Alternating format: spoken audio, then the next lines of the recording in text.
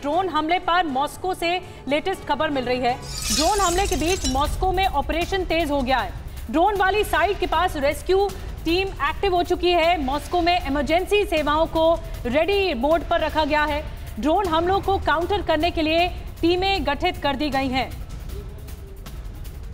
तो आपको हम तस्वीरें दिखा रहे हैं। इससे पहले हमने आपको दिखाई कि किस तरह से लोगों में पैनिक है, लोग खौफ में हैं, शेल्टर होम में जा रहे हैं। तो दूसरी तरफ जो इमरजेंसी सेवाएं हैं उन्हें रेडी मोड पर रख दिया गया है। मॉस्को में कभी भी कुछ भी हो सकता है इन ड्रोन हमलों के बाद। और केजे सिंह साहब, ये मई के महीने में तीसरा वार है जो कि सामने आया है, वो भी ड्रोन अटैक के जरिए। ये आपसे जानना चाहेंगे, जो दर्शकों को समझाइए, ये जो ड्रोन अटैक होते हैं वो इतना क्यों साधारण, इतना इजी बनते जा रहे हैं, इजी टू टारगेट बनते जा रहे हैं? देखिए जी, ऐसा है निधि जी, ये ड्रोन पहले तो लो कॉस्ट है, इनकी कीमत बहुत कम है।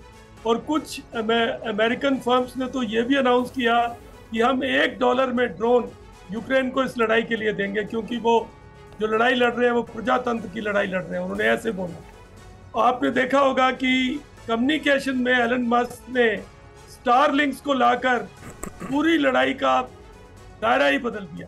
और स्टारलिंक्स ने जो रूस की जो इलेक्ट्रॉनिक वॉरफेयर थी उसको डिफीट कर दिया। अभी इस तरह के ड्रोन सप्लाई करके जिसको कोई भी फ्लाई कर सकता है, उसके लिए ज्यादा ट्रेनिंग की जरूरत नहीं है, बिल्कुल ज्यादा कोई बेस की जरूरत नहीं है।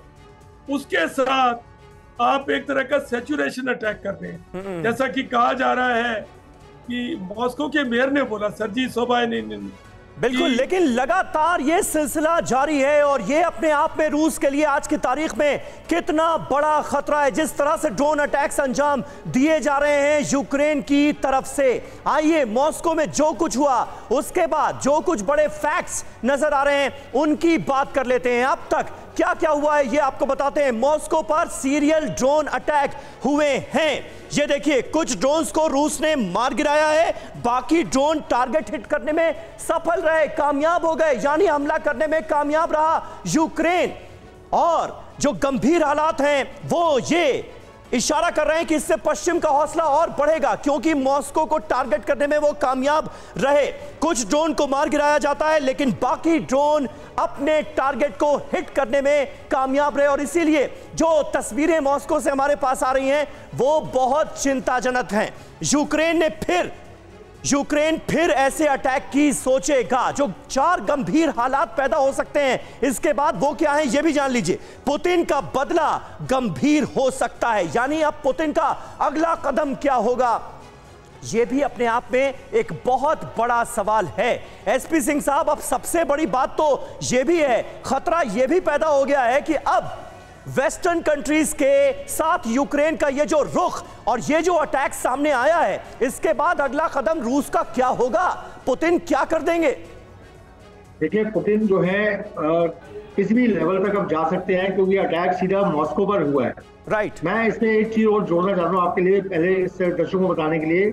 ये जो ड्रोन है, जो मैं आपकी विजुअल देख रहा हूँ, ये ड्रोन जो है मीडियम टू लार्ज ड्रोन्स हैं। और इनका जो है ये BVLS ड्रोन बोलते हैं इनको, beyond visual line of site. इनके लिए इनको दूर से कंट्रोल किया जाता है, सैटेलाइट से कंट्रोल कर सकते हैं या कम्युनिकेशन सिस्टम से कंट्रोल कर सकते हैं। और इनके जरिए क्या बड़े पैमाने पर तबाही मचा पाना संभव है, मुमकिन है? बिल्कुल बिल्कुल बिल्कुल। ये जो ड्रोन है, ये जो है 500 किलोग्राम से ज्यादा वजन वाले ड्रोन होते हैं, जो आप वेपन कैरी कर सकते हैं। अच्छा। इनको UCAV सीरीज में रखा जाता है, unmanned combat aerial vehicle series में, जो मिसाइल जो वेपन लेके जा सकते हैं और डिस्ट्रॉय कर सकते हैं, डिस्ट्रक्शन। तो ये जैसा जनरल केजे ने बताया कि ये बड़ी लो कॉस्ट ऑप्शन होती है। ठीक है सर, हमारे साथ आप जुड़े रहिएगा। उन तस्वीरों को दिखाना भी जरूरी है कि हमले के बाद आखिर किस तरीके की तबाही मची, कैसा हंगामा हुआ। अब तक कीव में जो होता आया, पहली बार वो मॉस्को में हुआ।